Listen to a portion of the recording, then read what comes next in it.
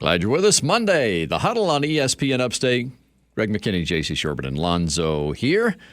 Hope you had a great weekend. Talk some more about the Super Bowl coming up. But we're going to talk a little baseball now and bring in the head coach of the South Carolina Gamecock baseball team, Coach Chad Holbrook. Coach, how are you? I'm doing good. How are you doing? Great. Thanks for coming on today, Coach. I get the impression you've been there 4 years at South Carolina as the head guy, that you may have your best team coming back from your tenure there as the head coach. Would you go so far as to say that? Well, I don't know. I mean, that's what I guess if you go on preseason rankings and that sort of thing, maybe so. But I don't know if that's going to help us come game one. We got to go out there and play well. We got a very challenging schedule.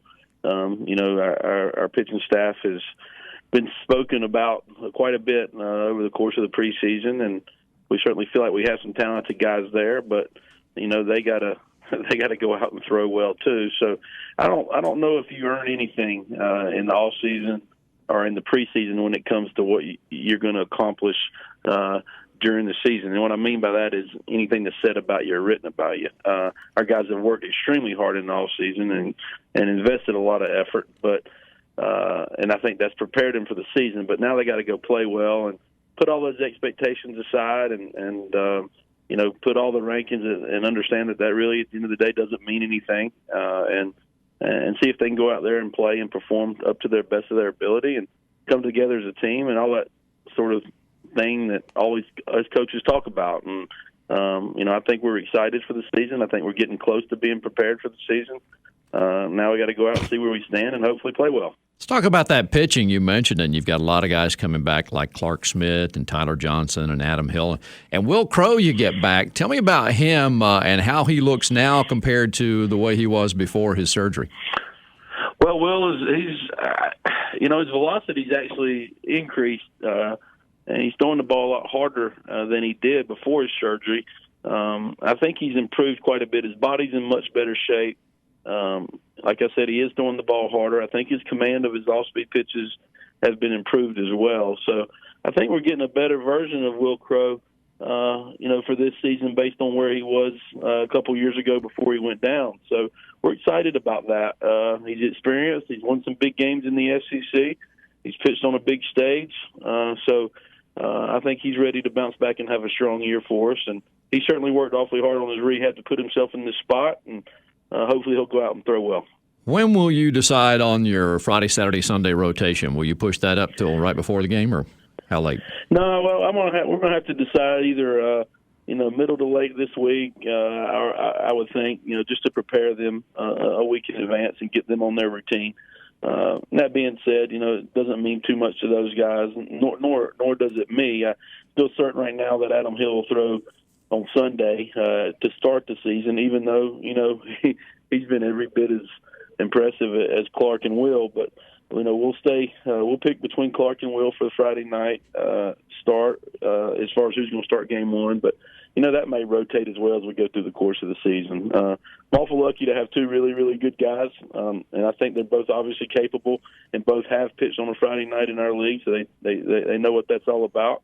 But that Saturday game's awfully important too, and you're either trying to win a series on Saturday or you're trying to square it up and give yourself an opportunity to win it on Sunday. So those two games are equally as important, and I think our kids understand that. Coach, last season during the regional, Tyler Johnson had, one of those classic Gamecock pitching performances. And then he went overseas and played pretty well with Team USA. Kind of what's the outlook for him this year, and have you been pleased with kind of what he's been doing? Yeah, I have been pleased. I think he's improved himself from a year ago as well, and he's going to start the season out as our closer. He did start a game for us last year in the regional and had an incredible performance, but he wants the ball in his hands when the game's on the line. He obviously has the stuff to be a prototypical closer. So we're going to give him the ball, with the game on the line, and hopefully he'll get himself to a good start and help us win some games early in the year. He's certainly a talented kid with a big right arm, and hopefully, he'll start the season where he finished off last year. Carlos Cortez comes in as one of your recruits that had a lot of I don't want to say hype, I guess a big rep coming in. How has he looked so far, and what do you expect to get out of Carlos this year? Well, he's a gifted hitter, and he's a kid that, when he gets his confidence going, he can hit with anybody. And he's a freshman. Don't want to put too much on him too quick. He's got some work to do. That being said, he's going to get his fair share of opportunities. I think he's one of the better hitters on our team. He continues to work extremely hard. He's a gifted hitter. He's hit his whole life, and so I feel good about putting him in there against anybody. But right now, I got to figure out if he's going to play left field some or he's going to DH some. Finding him a position that he'll consistently play has been a little bit of a challenge. But right now, I don't know exactly where I'm going to put him, other than I'm going to put a bat in his hand from time to time for sure, and ask him to hit in the middle of our lineup. And I think he can certainly do a good job in that spot. Got a JUCO guy coming in Jacob Olson that we hear good things about too. Tell us about him. Very athletic guy. Can play all over the field. Just a baseball player. Very confident. He plays with great energy, great enthusiasm, and he's an elite athlete. So we do feel good about him. Right now, he's playing right field for us. He's playing some first base. He can play every position on the field, but if he's in the starting lineup on opening day, you'll probably see him in right field or at first base. Coach, everybody always asks about Brandon McElwain, and I'm looking at it and kind of looking at your outfield that you have coming back. And my goodness, I mean, you got a lot of guys and a lot of options out there. Just kind of tell us, well, what are the realistic expectations for Brandon this year as far as how he fits in to this roster and what kind of role he could possibly play? Well, this coming weekend's a big weekend for Brandon. He's gotten some at bats. He's done well. From time to time, he's been a little bit inconsistent in his game at bats, but his batting practice has gotten a lot better. I think he's more sure of himself right now than he was at this time a year ago. He just got to make the most of his opportunities whenever those come in front of him. And does he have the talent and ability to make a splash for us? Absolutely.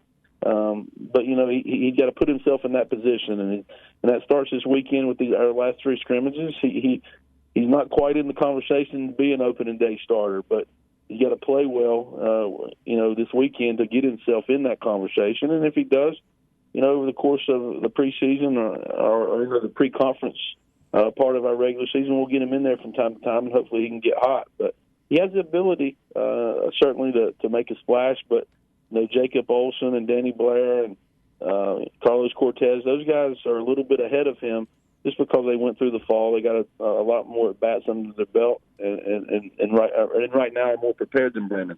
Brandon's playing a little bit of catch up as we speak right now. Chris Cullen, your catcher, really good defensively last year as a freshman. I understand he's put on some pounds this year. Do you think that'll help his hitting ability? I hope so. He has put on some weight. He did lead our team in hitting in the fall. He led our team in extra base hits as well. So I think he'll be a much better hitter this year than he was last, and certainly does a great job of handling our pitching staff from the way he catches balls, blocks balls in the dirt, and the way he throws the bases. So he's a gifted defensive player for sure, but I think you'll see a big improvement from him offensively this year. Last year he probably hit at the bottom of our lineup in the 6, 7, 8 hole. This year he's a legitimate middle lineup hitter, and look forward to putting him in there on opening day and see if he can do some damage. And I think that weight and extra strength has helped him. A couple of guys that do hit for power back for you this year, Coach. Alex Destino, of course, and then John Jones, who had been your DH. How have those guys looked in workouts preseason? They've both done fine, and Johnny's been a little bit banged up. In the fall he had his knee scoped, and he's been a little bit slow to come back from that. But he's been in our scrimmages. He's getting his at bats, and he's doing well. Destino had a good weekend for us. This past weekend and got some hits. So I think he's in a much better place right now as we prepare for opening day. Those guys have experience. They have strength. They have some power. They certainly can impact the game with one swing of the bat. And on top of that, they've experienced what it's like to play in our league. So looking forward to putting those guys in there. They're certainly consistent, stable performers. And we'll need them to have a big year if we want to have the type of year that a lot of these folks are talking about. Give us your outlook for the SEC, Coach. Is it going to be mostly the usual suspects like Florida and Vanderbilt and LSU and the like? Who do you see as the strongest teams to compete with this year? Well, I think there's any number of teams. You could probably pick about 10 that could make a big impact and be in the College World Series. And when you look at the preseason stuff, I think you see Florida ranked in the top 2 or 3 about every poll, and Vanderbilt's ranked very high. LSU has every one of their returners coming back, and some people, and talking to scouts across the country, think they're the best team in college baseball. So obviously, it's each week is very, very difficult, and some people have been patting us on the back of being preseason ranked in the top 5, but we're also got to keep that perspective. We're fourth in the league when it comes to how you stack up against your conference opponents. So there's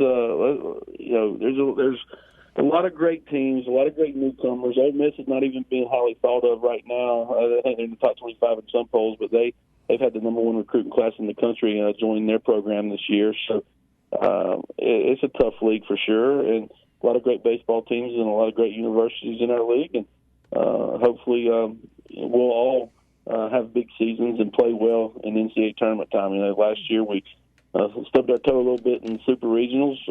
Not only in South Carolina, but LSU did as well, and some other teams. And hopefully we'll play some great baseball when it matters the most this year. Coach, one more thing. Just looking at the roster, last year you guys had a ton of first-year guys in the starting lineup. And I'm looking at it now. Cullen, Bride is in his second year. You got guys like Tolbert and Hopkins. How much of a jump, for those that follow college baseball but don't, really track it player to player, how much of a jump do guys usually make first to second year in baseball?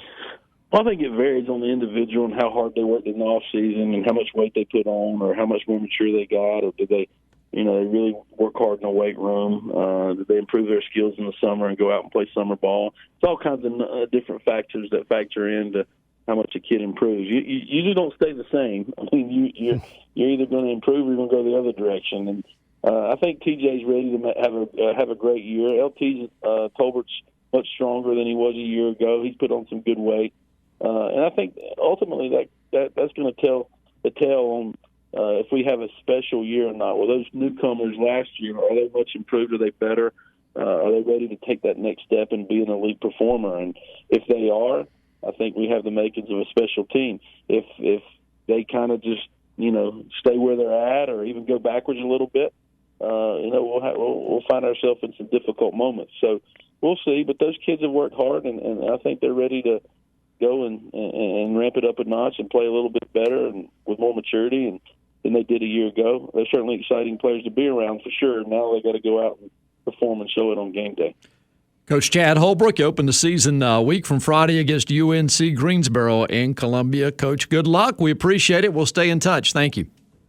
Thanks a lot for having me. Really appreciate it. Yes, sir. Chad Holbrook, coach of the South Carolina Gamecock baseball team, ranked by some in the top 5, certainly by everybody in the top 10 to 12 teams in the country, so expectations running high for Gamecock baseball this year, and we look forward to following them, and we'll get to do that starting next Friday, the 17th, as they open. Clemson opens the same day at home for the season. All right, phone lines open to you now at 844-477-3776. You can reach us via the Carolina Coaches RV Superstore text line at 71307. Twitter at ESPN Upstate. Back in a moment. This is The Huddle on ESPN Upstate.